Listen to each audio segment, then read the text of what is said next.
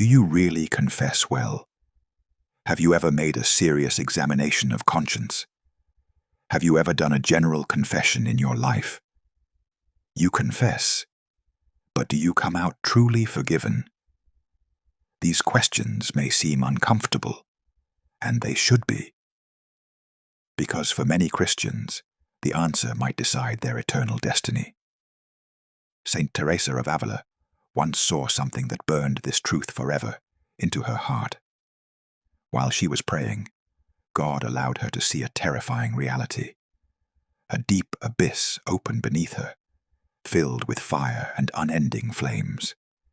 Into that fire, she saw souls falling, not occasionally, but continuously. As snow falls in winter, innumerable souls plunging into eternal ruin.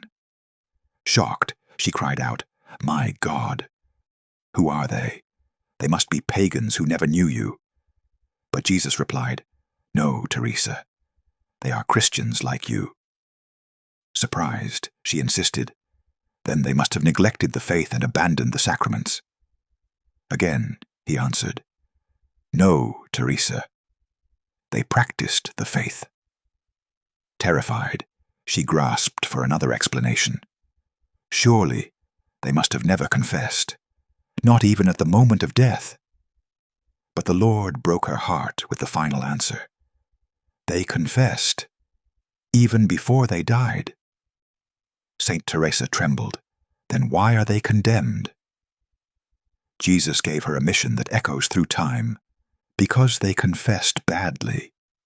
He commanded, "Go, Teresa, tell everyone." Never let my ministers grow tired of preaching about the danger of bad confessions, so my people do not transform the remedy into poison. This event is recorded in Make a Good Confession by Reverend Father Luis Chiavarino. This should terrify every one of us, not to frighten us away from confession, but to wake us up to its incredible seriousness. Jesus did not give us this sacrament to be a routine or a formality. He gave it to save us from hell. The document reminds us that sin is not merely a mistake. It is the greatest of all evils, an offense against God that wounds the soul and harms the world. Mortal sin destroys sanctifying grace, and unless forgiven, leads to eternal separation from God.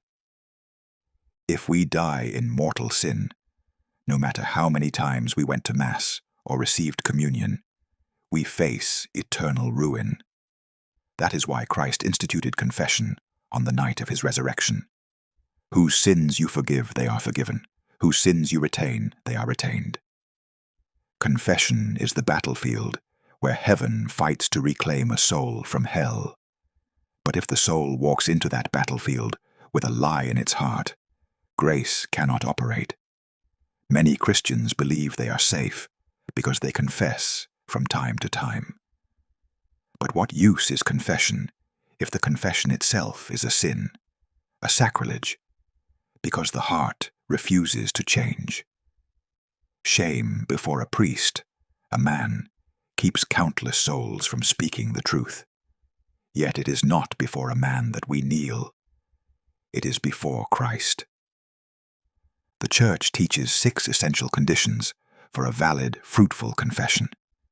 Accept the moral teaching of the Church. Truth, not personal opinion. Make a sincere and diligent examination of conscience, asking God for light to see every sin since the last good confession.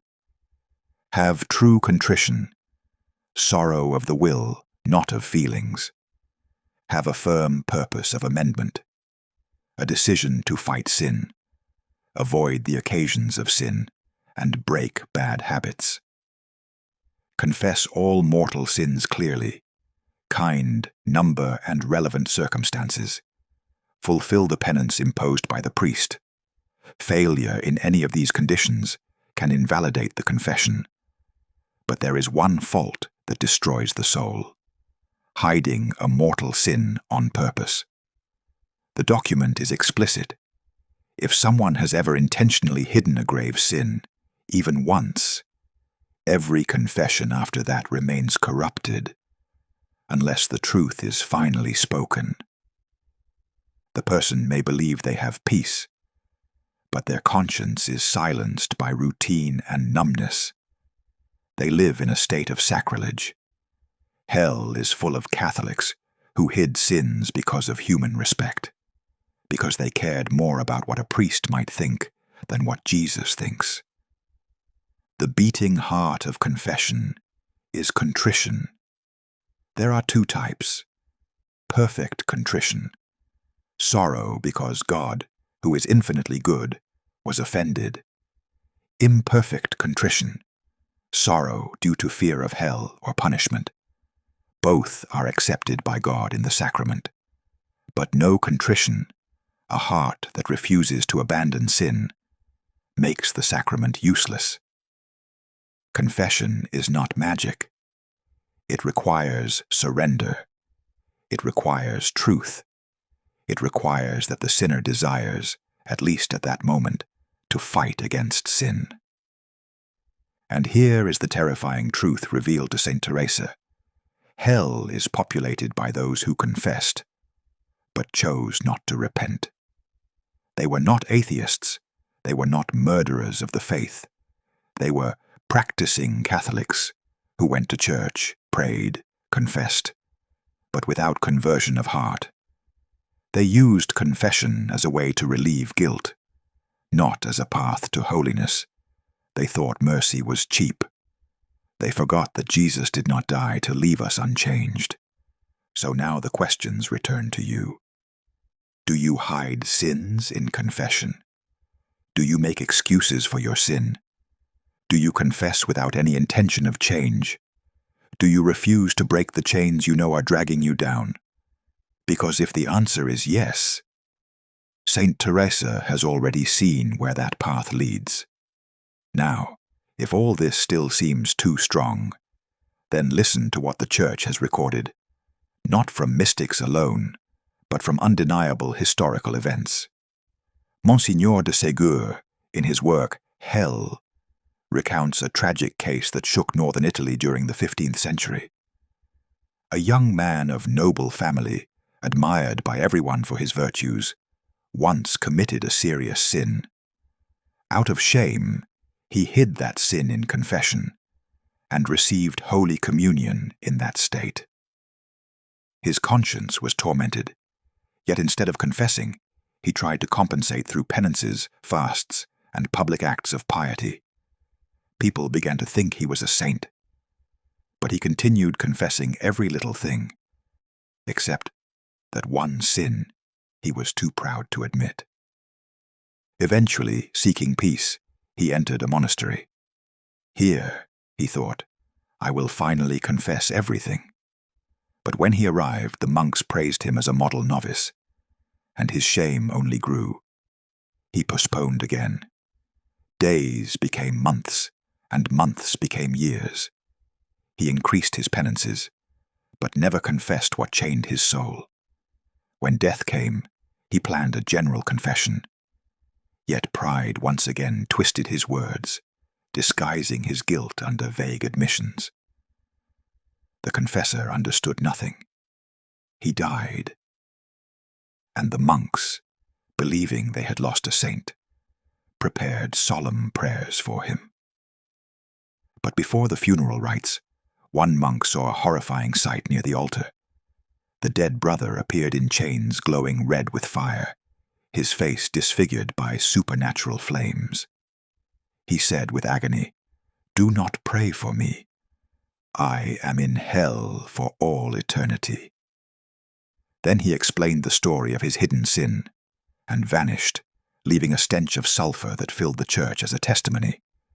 His body was removed and denied ecclesiastical burial, for he had died in sacrilege. Everyone thought he was a saint, but God revealed the truth. And why was he condemned? Not because of his weakness, not because of his past sin, but because he refused to confess it. Not sins, but unconfessed sins drag souls into hell. What good are fasting, charity, vigils, and rosaries, if pride keeps one mortal sin in the dark. On the cross, Jesus suffered more than we can imagine, not so that we might hide sin, but so that we might have courage to let him destroy it. A single lie in confession, a single mortal sin willingly hidden, can outweigh a lifetime of outward holiness. So ask yourself, is there anything you have been too ashamed to confess, anything you have excused so many times, that you now call it normal? Anything you hope God will just forget? God forgives everything, except the sin we refuse to bring into his light. Confession is the sacrament of resurrection. It restores grace, wipes eternal punishment, strengthens us against future sins, revives the merit of past works, and restores peace to the conscience. The devil trembles every time a sinner confesses well, every time a priest raises his hand and declares, "I absolve you." The gates of hell are forced shut. Jesus wants to save you. He wants to forgive you fully, but he cannot forgive the sin we refuse to let go. At this very moment, the Lord repeats the same plea he made to Teresa. Warn my children. Tell them the truth. Their salvation depends on this. So listen carefully. If you have hidden a mortal sin, confess it. If you have been away from confession, return. If you feel too weak to change, beg God for strength. If you fall again, confess again. Heaven is full of sinners who never gave up. Hell is full of those who did. Share this video with someone who needs to hear this truth. Subscribe and stay close. More stories of the saints and of God's mercy will be here, calling us to conversion. And when the doors of a confessional open for you again, enter. Speak the truth, cry for mercy, and allow Jesus, through his priest, to restore your soul.